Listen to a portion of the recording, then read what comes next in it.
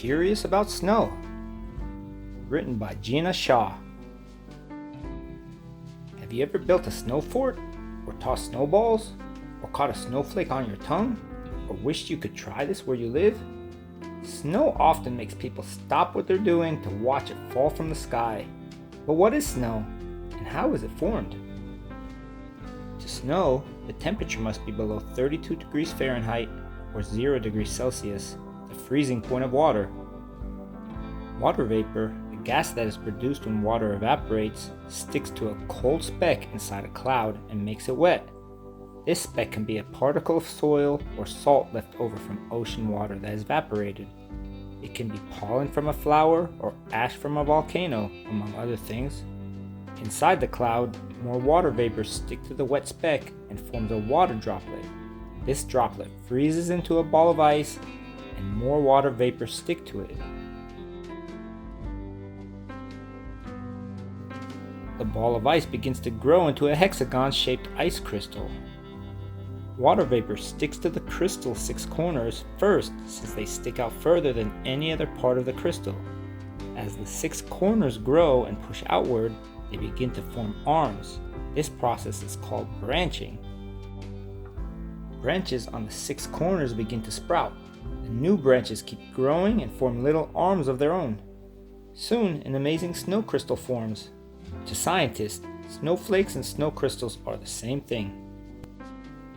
The snow crystal keeps growing as it falls through the cloud. The size of the snowflake depends on how many ice crystals connect together.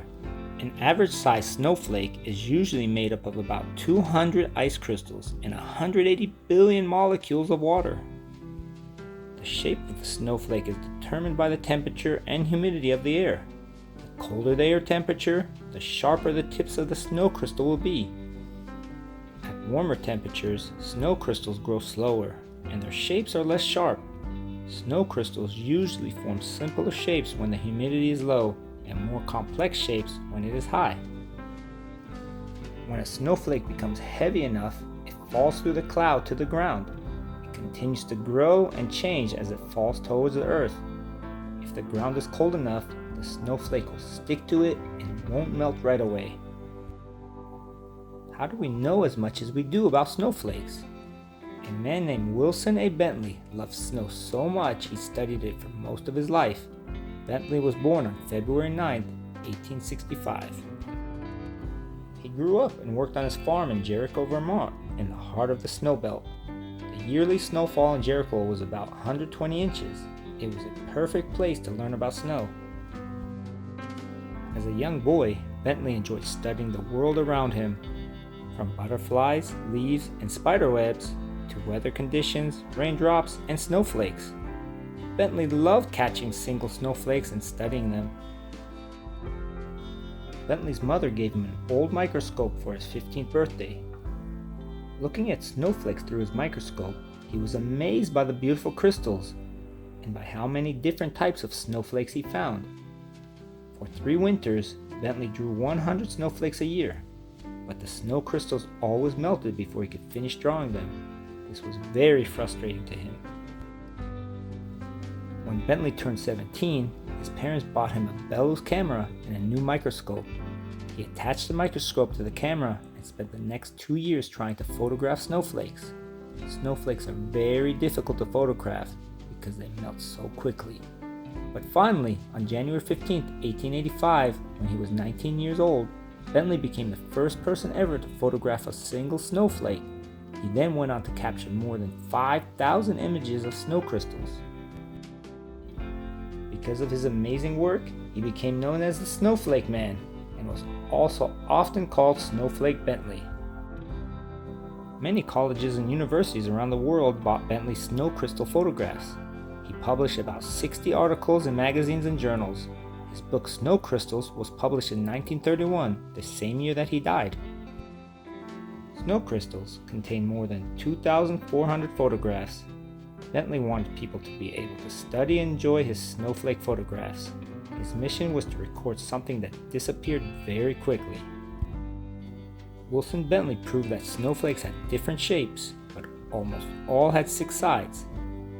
Star-shaped snowflakes are called stellar dendrites. They have 6 arms that branch out from a center point.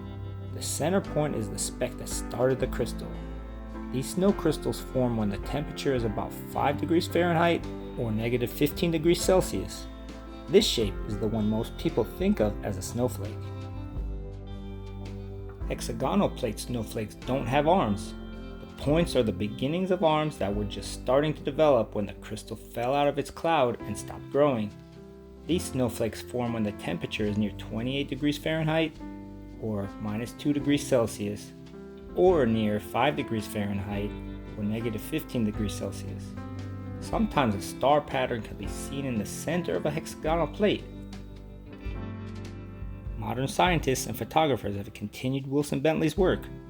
Their photographs, like his, tell us more about different snowflakes. A stellar plate is a snowflake whose shape fans out like a star. Stellar plates may have bumps or simple arms without branches. They are more common than hexagonal plate snowflakes. Needles are very thin snow crystals.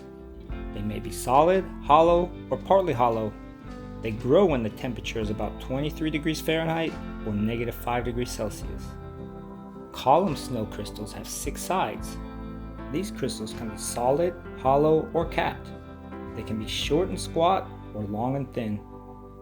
Column snowflakes form very high in the clouds and at very cold temperatures. They are tiny.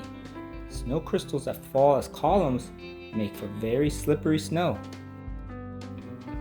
It is highly unlikely that any 2 snowflakes ever look the same. They all form in their own way even though they start out with the same structure. So much can happen as a snow crystal falls to the earth. For example, if a water droplet passes close to one arm, that arm might grow faster. Soon, that arm will be a lot longer than the others. For this reason, most snowflakes are not perfect. They may grow unevenly, break, melt, and refreeze, or come in contact with other crystals. A snow crystal might be a twin. It can have 12 arms. This happens when 2 ice crystals start from one speck and form on top of each other. Some snowflakes have little bumps on them. These bumps are called rime. Sometimes water droplets strike the crystal and freeze on contact. This causes rime.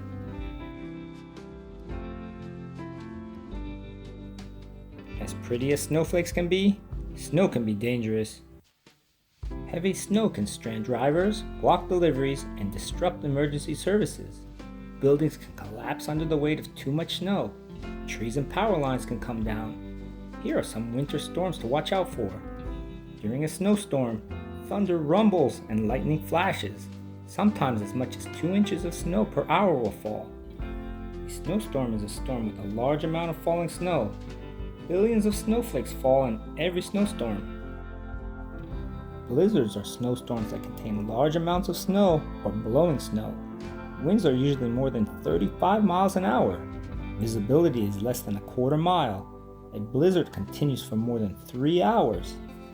An avalanche, also called a snowslide, is a moving mass of snow that slides down a mountain. It may contain ice, soil, rocks, and uprooted trees. The avalanche moves faster and becomes more powerful as it gets closer to the bottom of the slope. This can cause even the smallest avalanche to be a major disaster.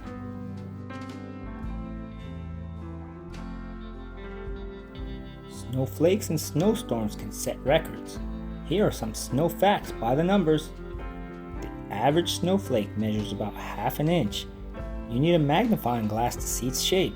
Some of the largest snowflakes range from 3 to 4 inches in length. 1 inch of rain equals 6 inches of heavy, wet snow, or 12 inches of very light, puffy snow. According to Guinness World Records, the world's largest snowflake fell in 1887 in Fort Craig, Montana. This snowflake was 15 inches wide and 8 inches thick. About 12% of Earth's land surface is covered with snow and ice. The most snow to fall in one day was 6 feet in Silver Lake, Colorado in 1921. Stampede Pass, Washington is the snowiest place in the United States. It gets about 36 feet of snow a year. The most snowfall over the course of a year was at Mount Rainier, Washington. It snowed 94 feet from February 19, 1971 through February 19, 1972. People around the world celebrate winter and the snow it brings with winter festivals. Kids like to celebrate too. Wherever there's snow, you'll see somebody rolling and shaping it to build a snow person, or digging through it to build a snow cave, or whooshing down a hill on a sled, snow tube, snowboard, or skis. What is your favorite snow activity?